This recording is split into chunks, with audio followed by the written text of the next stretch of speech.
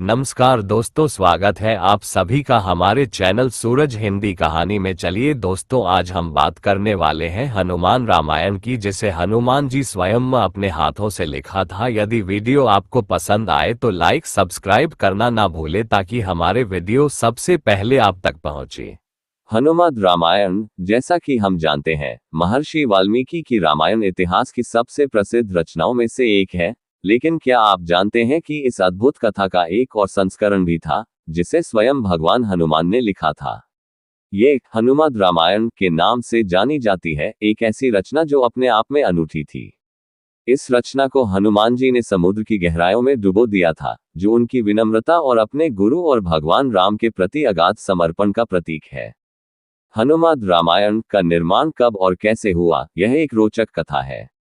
लंका विजय के बाद जब भगवान राम अयोध्या के राजा बने, तब हनुमान जी हिमालय में शिव तपस्या कर रहे थे।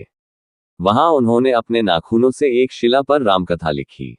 इस अनूठे कार्य में उन्होंने रामायण के प्रत्येक प्रसंग को अपनी दृष्टि से वर्णित किया, जिसमें उनकी भक्ति और भगवान राम के प्रति उनकी अटूट निष्ठा स्पष्ट झलकती थी।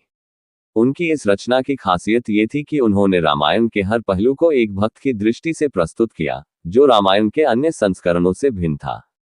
हनुमान जी की इस रचना में रामायण के पात्रों के प्रति उनकी गहरी समझ और उनके भावों की गहराई दिखाई देती है, जो इसे एक अनूठी कृति बनाती है। हनुमान जी की आध्यात्मिक यात्रा और निष्काम भक्ति की अनुपम कहानी। उनकी इस रचना को जब महर्षि वाल्मीकि ने देखा, तो वे निराश हो गए, क्योंकि उन्होंने भी रामायण की रचना की थी और वे अपनी रचना को भगवान शिव को समर्पित करने आए थे।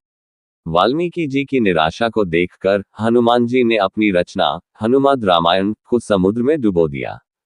इस घटना से हनुमान जी की विनम्रता और भगवान राम के प्रति उनके समर्पण की भावना का पता चलता है।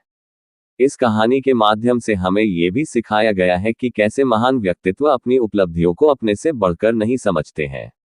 जब हनुमान जी ने महर्षि वाल्मीकि की निराशा को देखा, उन्हें एहसास हुआ कि उनकी रचना से महर्षि के प्रयासों का महत्व कम हो सकता है। उनका ये कदम एक महान गुरु के प्रति उनके सम्मान और आदर का प्रतीक था। हनुमान जी ने अपनी अद्वितीय रचना को इसलिए विसर्जित किया, क्योंकि वे नहीं चाहते थे कि उनकी रचना महर्षि वाल्मीकि की रामायण की प्रतिष्ठा पर छाया डाले। ये घटना हमें बताती है कि असली महानता स्वयं की उपलब्धियों में नहीं, बल्कि दूसरों के प्रति सम्मान और आदर में निहित है। हनुमान रामायण की यह कथा हमें आत्मसमर्पण और सहयोग की भावना की महत्ता सिखाती है, जो कि आध्यात्मिक विकास के लिए अत्यंत आवश्यक है।